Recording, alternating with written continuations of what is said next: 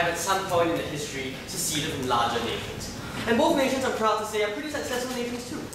But they're only successful because Britain was happy to let Ireland secede, because Malaysia was happy to let Singapore secede. If Malaysia cut off our water supply, I'll be frank, ladies and gentlemen, Singapore wouldn't be here today, we'd be starving. That's the principle we came up and talked to you about today, and we haven't heard such responses. 2 points of contention. Firstly, their incredible shrinking policy, and secondly, whether or not their policy does reduce conflict and actually give more autonomy. Firstly, their incredible shrinking policy. They first say, we're clearly not talking about dictatorial states or states that are not democratic here. Wait a minute, that is the vast majority of where secessionist movements do in fact take place, right? Because it tends to be in such states that minorities tend to be alienated and oppressed. So this debate does in fact include a very large number of countries which are democratic and which are quite happy to give away democratic norms and not respect new states' sovereignty, right? That's why Russia and China are a crucial, no thank you, part of this debate, and they can't just sideline them. And then they said, oh, wait a minute, the US will just protect everyone in the world. Wait a minute. The US has a massive debt crisis. President Obama seems afraid of sticking his fingers into any sort of pie anywhere in the world. So thank you. China holds the US on a leash because of the debt crisis of the US. I tell you, no, you can't just say the US is going to solve everything. That's just not going to happen. Then he said, besides being democratic states, such conflicts just won't happen. Not true. In Spain, the government has systemically oppressed the Basque separatists for a very long period of time. Because even if states are democratic, the fact it's among the populace and the government, very strong feelings are bound up to that territory. And you can't say just because it's democratic, everything's just going to go fine. So you need to talk about these cases as well.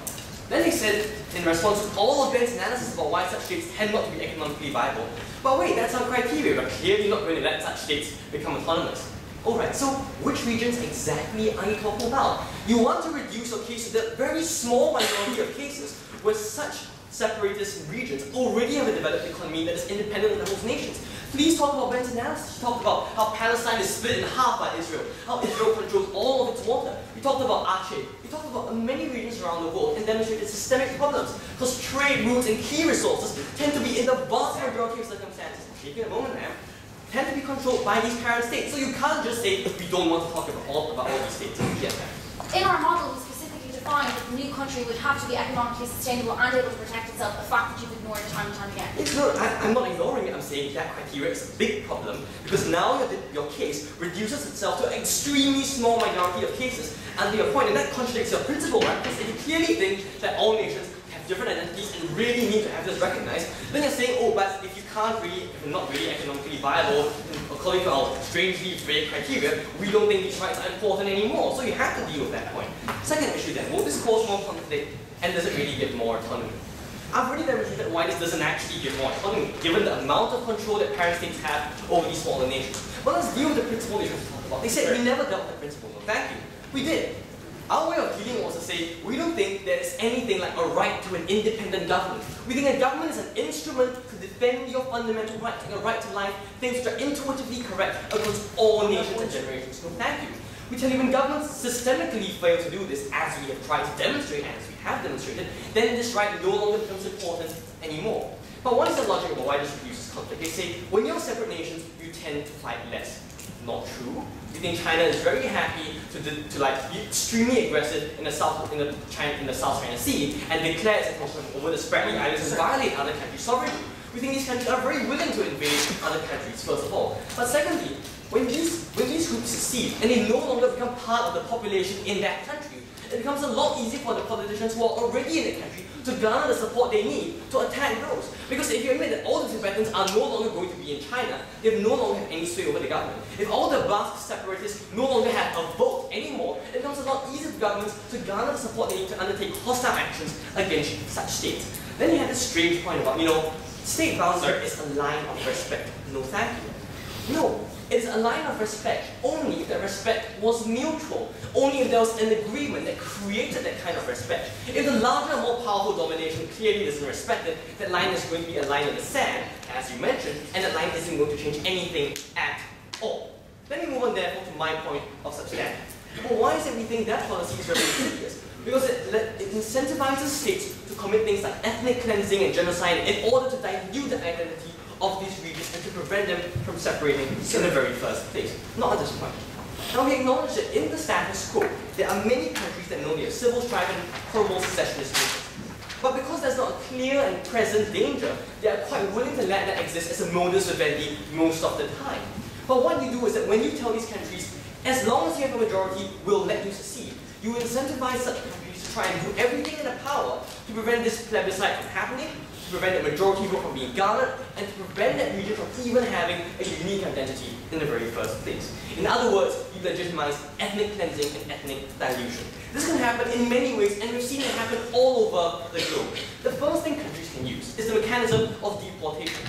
That's what Sri Lanka did to the Tamil Eelam region in order to reduce the capacity to vote as a bloc. Countries can also do other policies, like transmigration, where they force large proportions of their own native population into these regions to dilute their identity. This is exactly what happened to the Moro Muslims in Mindanao in Indonesia and to the Patani Muslims in Thailand. And the only reason the governments did this was because Malaysia agreed to recognize some of these countries if they became independent. In other words, your policy created the precise impetus for countries to undertake this sort of action.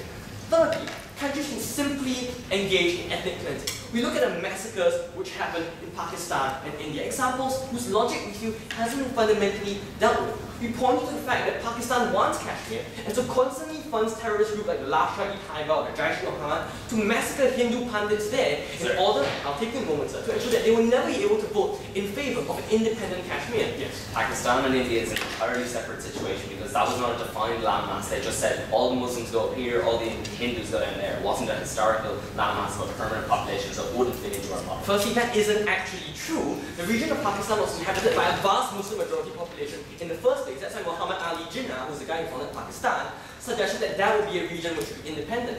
After they did that, then all the Muslims in India decided to go to Pakistan. So it's precisely that because you allowed the mechanism of secession to exist, that this sort of massive migration problem came about in the first place. So you think you got the logic a bit upside down. We think, furthermore, countries often use extremely egregious human rights violation as a way of cementing their claim. Examples of this include rape, ladies and gentlemen. Rape in history has been used as a systemic weapon of entirely destroying ethnic minorities and diluting their identity. Look at what happened to the Kurds in Iraq. When Turkey suggested it might be willing to recognize some degree of Kurdish autonomy as an independent state, Saddam Hussein decided to send his soldiers down to rape entire villages. That's exactly the same thing which happened in South Sudan. The only reason Omar al-Bashir was so willing to use rape as a systemic weapon against the people there was because in the international community there was a large movement that was willing to recognize the independence of South Sudan. All this only happens under that case. That's why they give these host nations more incentive to brutalize and oppress their own people. What have I shown you? That case isn't principally justified. It doesn't create respect, and it doesn't create real existence that can defend themselves. I'm so proud to stand, and Team Singapore opposes.